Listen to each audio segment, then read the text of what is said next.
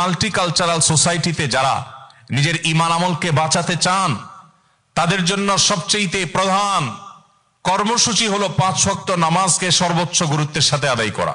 যেই কোনো পরিস্থিতিতেই হোক আপনাকে নামাজ আদায় করতে হবে।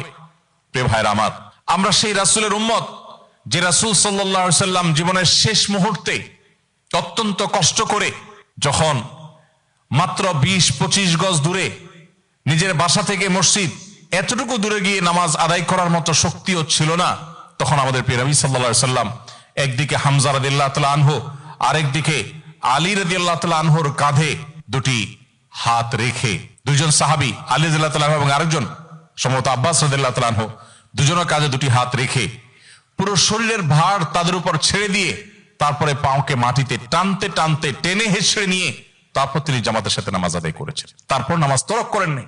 ভাইরা আমার, নামাজকে যদি আপনি সেভ করেন, যত যাই হোক আমি নামাজ ছাড়বো না, এই প্রতিজ্ঞা যদি আপনি করেন, আল্লাহ তাআলা আপনার ঈমানকে, আপনার ইসলামকে অটোমেটিক সেভ করবেন ইনশাআল্লাহ।